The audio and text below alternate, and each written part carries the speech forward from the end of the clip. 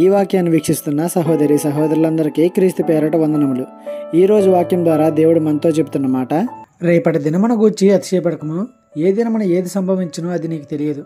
సామెతల గ్రంథము 27వ అధ్యాయము 1వ వచనము. నిజమే, రేపు ఏం జరుగుతుందో ఎవరికీ తెలియదు. ఈ రోజు నీకు అన్నీ ఉండొచ్చు, సమస్తము నీ చేతుల్లోకి వచ్చేయచ్చు. మరుసటి రోజుకి నువ్వు ఊహించలేనట్టుగా సమస్తాన్ని నువ్వు కోల్పోవచ్చు. ఉన్నప్పుడు అతిశయించావు, గర్వం చూపావు, లేకపోయేసరికి బాధపడుతున్నావు. ఈ స్థితిలో ఉన్న నిన్ను ఎవరు చేరదీస్తారు చెప్పు?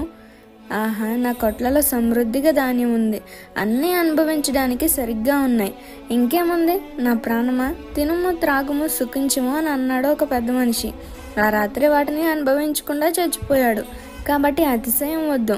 రేపు మనది కాదు, ఈరోజే మనది.